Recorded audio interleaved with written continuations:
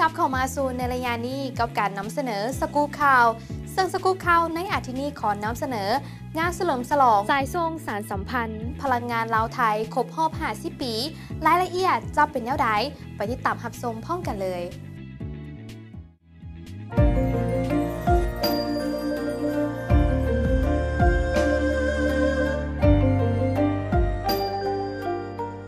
ในระหว่างวันที่ 13-14 ธันวาคม 2018 ที่ผ่านมา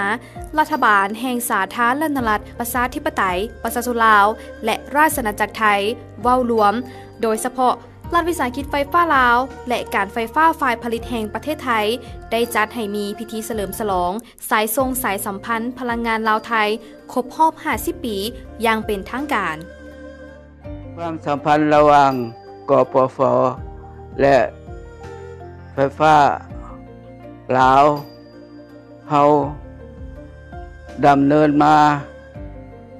เป็นเวลานานเติบและขึ้น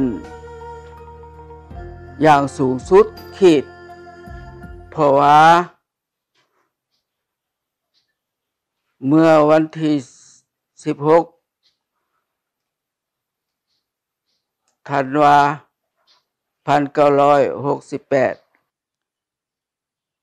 ประมุขของ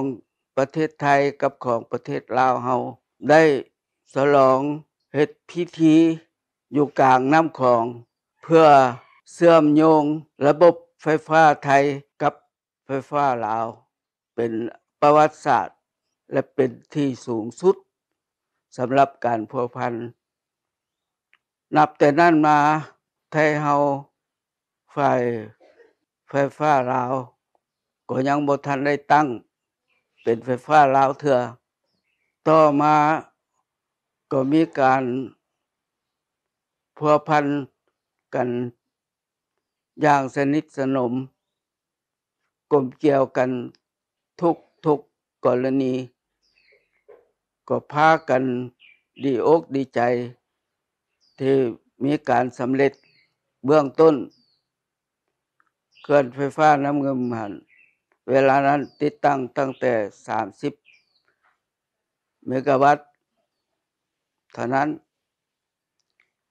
การเอาไฟฟ้ามาใช้สร้างเขื่อนและใช้สำหรับเมืองเวียงจันทน์นี้บ่แม่นซื้อแม่นพวกกปฟเอาไฟฟ้าให้โดยบ่ได้คิดไรเป็นอัตราแต่ว่าเป็นจำนวนกิโลวัตต์โมงเนาะหลังจากน้ำเงิมเสร็จสิ้นแล้วเฮาก็ส่งไฟไปใช้กับเจ้าตามจำนวนที่เฮาได้เอามาก่อนปรากฏว่าเฮาทดแทนคืนหั่นบ่พอปีก็หมดและในเวลานี้พวกท่านทั้งหลายจะได้เว้าถึงการพัวพันนี้ข้าพเจ้าก็ดีอกดีใจเพราะว่าได้สืบต่อขยายเป็นที่จบงามตั้งแต่ใดมา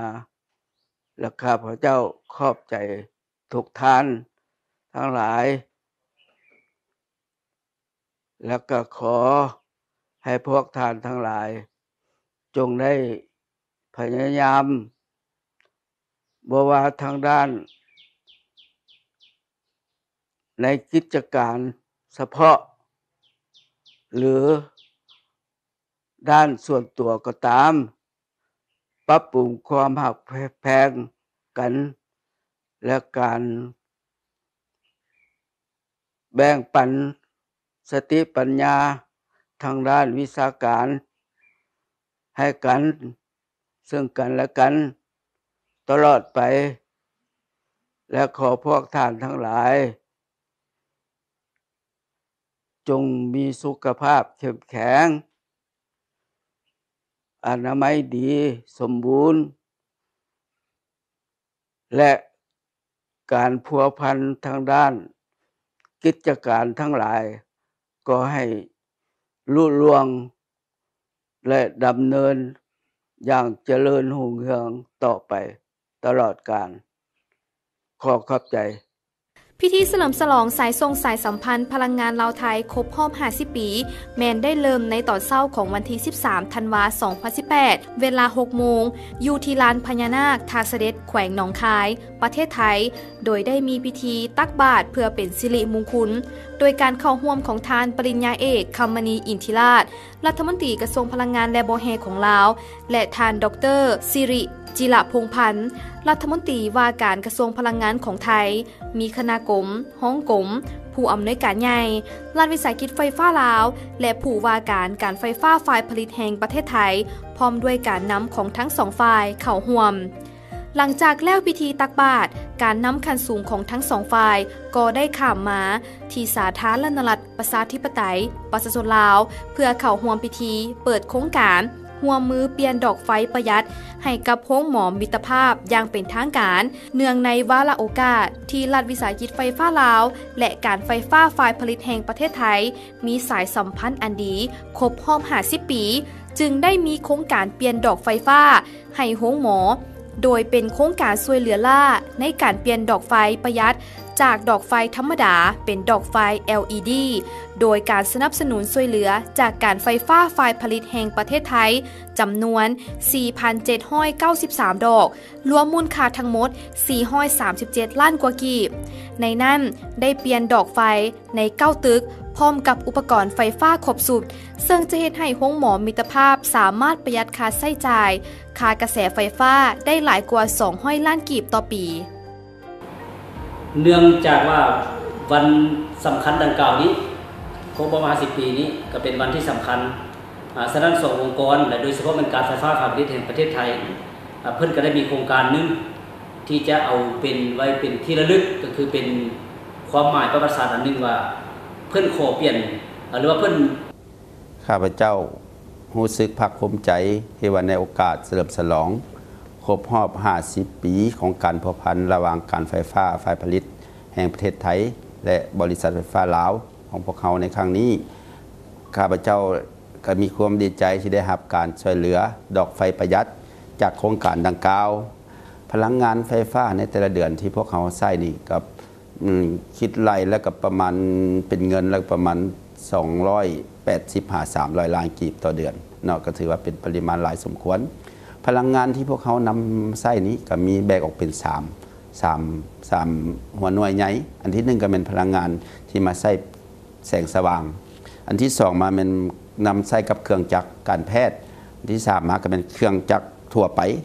เครื่องจักรการแพทย์นี่แล้วมันเว้าเรื่องเครื่อง MRI Echo บ่เครื่องผ่าตัดเครื่องติดตามอยู่ในห้อง ICU ต่างๆนี้และเครื่องใช้ทั่วไปก็แม่นเว้าเรื่องลิฟต์บ่ป้มน้ำบ่จักเครื่องซักผ้าหรือว่าสิ่งอำนวยความสะดวกต่างๆก็ล้วนแต่พลังงานไฟฟ้าเนาะดอกไฟแสงสว่างนี้แม่นพวกเขามีประมาณ 4,000 ดอกเนาะในขอบเขตทั่วของหมอนี้นั่นก็ถือว่าเป็นพลังงานที่หลายสมควรดังนั้นในโอกาสที่ว่าได้รับโครงการช่วยเหลือจากการไฟฟ้าฝ่ายผลิตแห่งประเทศไทยร่วมกับบริษัทไฟฟ้าลาวนี้พวกเขาก็จะได้รับเปลี่ยนดอกไฟดอกประหยัดทั้งหมดดังนั้นในโอกาสนี้ข้าพเจ้าคิดว่าการโครงการช่วยเหลือครั้งนี้ก็จะมีผลประโยชน์หลายเนาะอันที่1ก็แปลว่าพวกเขาจะได้ลดพลังงานไฟฟ้าที่นำใช้ในแสงสว่างนี้ลดลงถึง2/5เนาะนอกจากนั่นจะเป็นการประหยัดการใช้จ่ายเนาะอันที่2มาแสงสว่างนี่ก็จะตามการรายงานของวิชาการว่าจะได้รับแสงสว่างเพิ่มขึ้นกว่าดอกไฟธรรมดาที่พวกเขานำใช้เนาะดังนั้นคือว่าจะสามารถนำใช้พลังงานที่ประหยัดได้เข้าในเวียกงานอื่นได้หลายขึ้น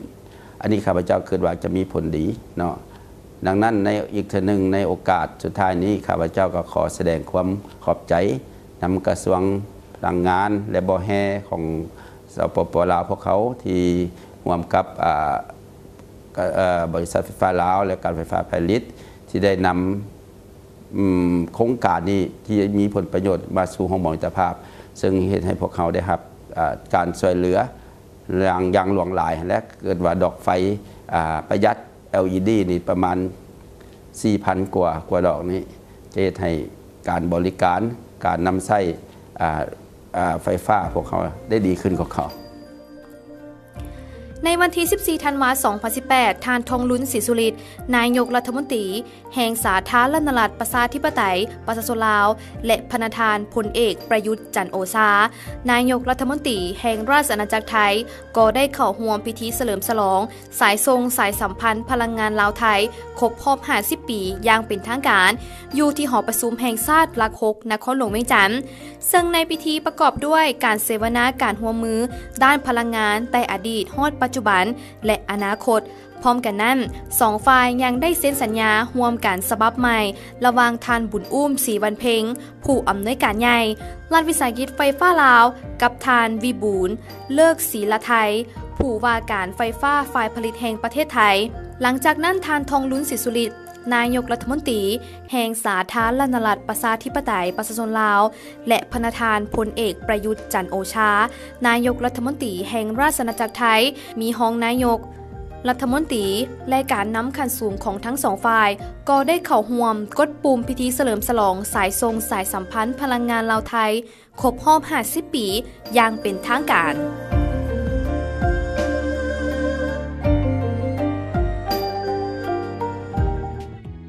เจ้าท่านผู้ชมและที่ผ่านไปนั้นก็เป็นงานเฉลิมฉลองสายทรงสารสัมพันธ์พลังงานลาวไทยครบรอบ 50 ปีท่านผู้ชมเอาเป็นว่าตอนนี้ไปพักชม